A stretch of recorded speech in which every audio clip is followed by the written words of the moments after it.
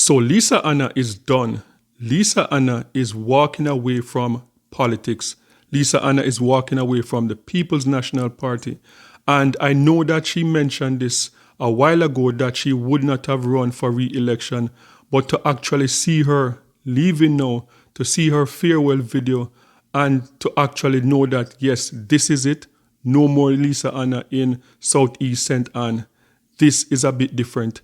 And I was going to say that, look, I believe that this is a big loss for Jamaican politics. But I think I would rather say that it's a big loss for the People's National Party because the Jamaica Labour Party seem to have a strong young group of people coming up. You know, there's Floyd Green, as we mentioned the other night. I thought that he was the one that took the show that night at the rally, that massive rally in Halfway Tree. We also have Kamina Johnson-Smith, and the list goes on. So I believe that the Jamaica Labour Party must feel confident in the group of young politicians that they have and the ones that are seasoned now. The group of politicians that they have, the Jamaica Labour Party should feel comfortable. So I'm going to say this is going to be a big loss for the People's National Party. And I know at some point, people in the People's National Party, they're going to have to come out and to address the elephant in the room. And to ask a question that really needs to be asked, does the People's National Party have a woman problem? And I know people are going to look at me and say, what do you mean by have a woman problem? Does the People's National Party have a problem with women leadership? And people are going to say, how is that possible when the People's National Party was the party that gave Jamaica its first female prime minister? Let me jog your memory, just in case people forget. When Portia Simpson Miller was taken over from P.J. Patterson, P.J. Patterson led the People's National Party for 18 years, untouched, 18 years. Enjoy full support from the party. When P.J. Patterson was ready to step down and Portia Simpson was the next one up. Remember, Portia Simpson at the time, Portia Simpson Miller was the most successful MP in the history of Jamaica.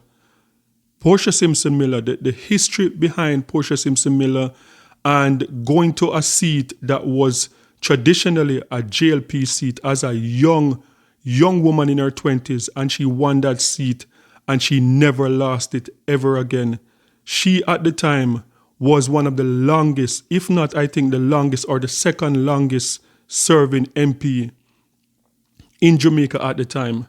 And when it was time for her to take over, there's always a lot of noise because people knew that Portia Simpson was going to be next. But there was always this noise about questioning her education, questioning everything about her. But I remember at the time, 2010, when Portia Simpson Miller was about to take over and the chaos that was happening, like that they did not want Portia Simpson Miller to be the Prime Minister of Jamaica.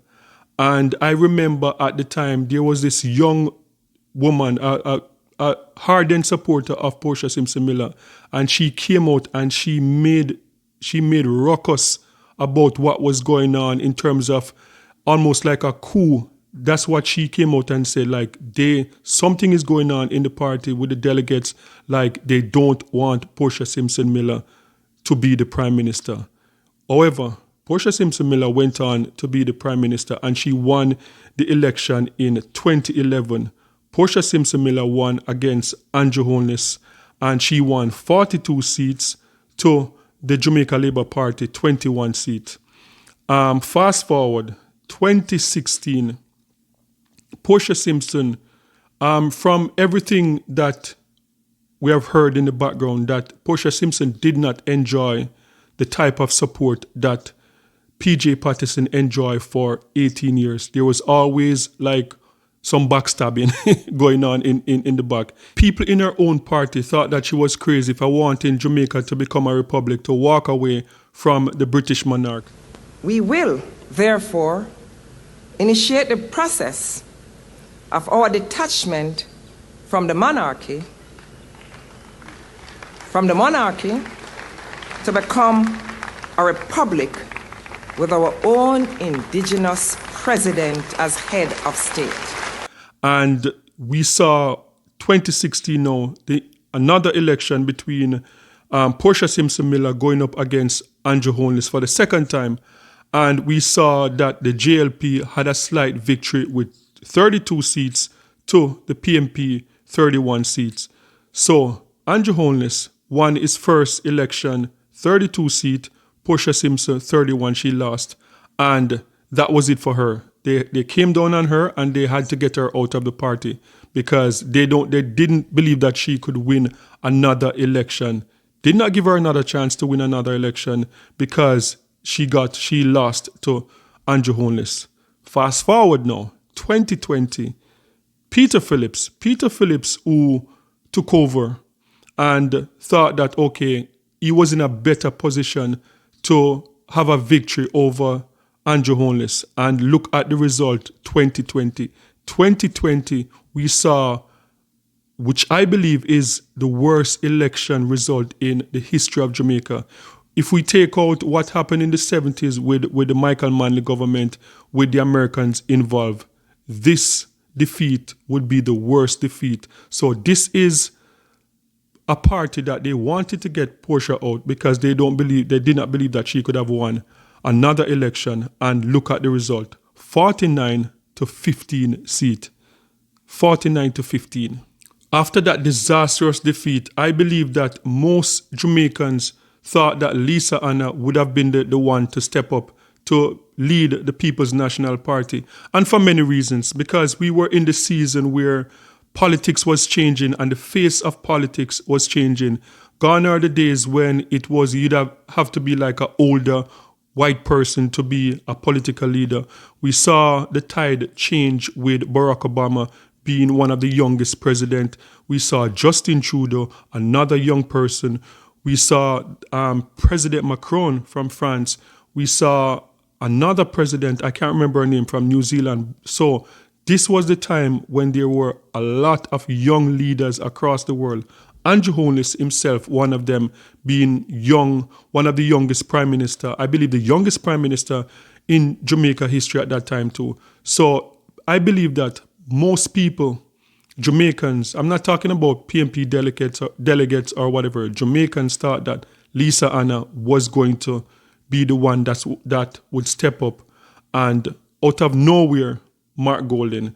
And we saw what happened in that cycle between Mark Golding and between Lisa Hanna that pretty much rupture the PNP party. And I don't believe that people are talking enough about that, because I believe that the PNP party, they're going to have to do some self-reflection in order to win a next election, because you can't win an election when there's no unity in the party. And I don't care what anybody wants to say. Lisa Hanna is young. Lisa Hanna is like 1 or 2 years older than me. Lisa Hanna is a hard-working person. Lisa Hanna is not walking away from politics because she's tired. Lisa Hanna is not walking away from politics because she's not interested in Southeast St. Anne anymore. Lisa Hanna is walking away from politics because of what happened in 2020. You can count on that. Lisa Hanna is walking away for that reason. And what is so interesting also is I was watching the Let's Be Honest podcast when Mark Golding was on the podcast, and when Jeffrey was interviewing him and asking him some questions, Mark Golding said he was not pretty much interested in representational politics. He was pulled in. And I'm saying to myself, for someone that was not interested in politics, why wouldn't you just go in and support Lisa Hanna? Why? I believe that Mark Golding just shoved Lisa Hanna out of the way. And as I said, a lot of things happened at that time. I know that there were some things with Damian Crawford also. Damian Crawford and Mark Golding, it seemed like they mend their differences, but I believe that the party is not united. And what is so interesting now, an audio clip is going viral of KD Knight. KD Knight, one of the stalwarts of the People's National Party, in an audio clip coming out and saying that the party is not united. Idiot. You have to face reality. You have to face reality. That was a major part of the loss in 2020. So we have to remedy that. There are still some people today saying that Mark Golden must never become Prime Minister of Jamaica. These realities must be faced. I can send you a thing that a video which is a talk intervention thing where people the host say Mark Golden don't love Jamaica and Mark Golden don't love Jamaicans and all them kind of things. These are realities. These are realities, and they cause disunity. There has to be an effort to get rid of the disunity. Yes, so when I say that the People's National Party, it's going to be almost impossible for the People's National Party to win. I've said that over and over again, based on all the information, based on 49 seats to 14. I've said it several times, they would have to have a historic comeback in order to win an election.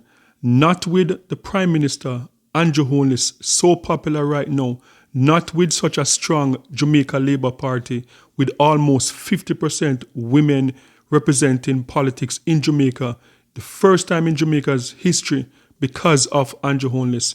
All of those things, along with the party, the People's National Party, not being united. So when I come and I say, like, it is going to be almost impossible, I don't want people to come and say, like, oh, like, you get buyout, you know, the GLP, the Labour, them buyout and all of that nonsense. No, this is just common sense.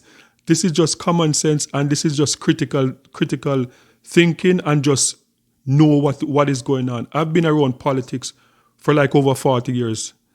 And as I said, the defeat that the People's National Party, the lashing that they got in 2020, that is historic. We have never seen a defeat like that. And it's going to take at least 2 to 3 political cycles to rebuild from that defeat. The only way that the People's National Party could win an election is if the Jamaica Labour Party collapse.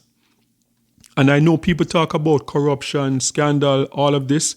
Like corruption, at this point, anything about corruption would not damage the Jamaica Labour Party, because I think it's safe to say when you talk about corruption, both parties are equally. There are a lot of things that came out under the People's National Party. Under PJ Patterson, 18 years also, there are a lot of corruption, a lot of scandals came out. PJ Patterson still won. So I don't believe that any integrity commission or anything that they can put out there about the Prime Minister that the Jamaica Labour Party is going to win. People have been around long enough to hear corruption scandal from both sides. So I think if people look and they see roads are being built, people see like new construction going up, people see unemployment rate, low unemployment rate, they see all of this progress, they are not going to listen to whatever the PNP is saying about corruption going on the other side. They're not going to listen to that because they know that both parties have been guilty of that. So guys, sound off in the comment section. Let me know your thoughts on this one. Do you think that the People's National Party have a problem with women leadership? Why is it? Is it a coincidence? And not just it's Lisa Hanna, Portia Simpson-Miller, Crystal Tomlinson. I didn't even talk about Crystal Tomlinson. Crystal Tomlinson was a rising star in the People's National Party, coming from the youth arm of the PNP. And I know that she said something about, I think it was Peter Phillips, she called him something like Hitler or something like that. I don't remember, but she's she's not even in politics anymore. So does the People's National Party have a problem with women leadership? Sound off in the comment section and let me know your thoughts. And after much personal reflection, I made the considered decision not to publicly campaign. This decision wasn't made lightly. It came from a place of deep clarity and from a profound desire to preserve my own sense of closure and dignity after nearly 2 decades of devoted service to the people of Southeast St-Anne and to the party I've served with steadfast conviction. In these final weeks of my tenure, I've chosen to contemplate my service quietly and respectfully. This was like the first calendar. This was back in 2009. So these are some of the other calendars. There's so many. This was one of my first T-shirts. I don't remember which election this was, but we used to do bunting. So when you had buses going into town, you knew when Southeast was coming, and it went from a newsletter that looked like this and this to like a full-fledged glossy magazine. Just always wanting to give the people more, you know. I will continue to represent the people of Southeast St-Anne with integrity and focus, but without participation in campaign activities or related public events. I don't do this with any bitterness, nor with rancor, but with clarity and composure and peace. For 18 years, I've given my heart and my soul to this constituency and to the People's National Party. 8 of those years were spent leading Region 1 as chairman, and later I carried the sacred responsibility of party treasurer. Each role demanded sacrifice, resilience, and heart, and I gave all 3 in full measure. When I was just elected MP, first time, stand up right here, so if them think is lie, and in 2007, we had an office way down Claremont bottom, I mean past the bottom. And one day, must say, a couple months after, I look at P, and I looked at Hanna and said, you know, so we can't stay down here, so though. And them said, why MP? I said, because we're disconnected from the people. We're too far from them. We need to be in the center of the town. Right. And I said, P, come, we're going out here. And we jump in the car and we drive up and down. And I saw this house. It was covered in bush. You couldn't see it. Literally, after I made the decision, we got it like the following month. I tell people all the time, I have a house in Claremont, I have a business in Southeast St-Anne, and I will never leave Southeast St-Anne. This has been one of the greatest honors of my life to serve the people, to serve the movement, and to stand shoulder to shoulder with comrades whose belief in justice and progress mirrors my own. And so I remain deeply proud of what we've built together, the lives we touched, the barriers we broke, and the foundation we laid brick by brick, person by person. So now as I step back from frontline politics, I do so with profound gratitude. These years have shaped me, they've tested and affirmed me, and they will forever stand among the most meaningful of my life. I wish you all the best as you seek to represent the generation of leaders coming forward. Feel free to call on me for motivation or even some advice.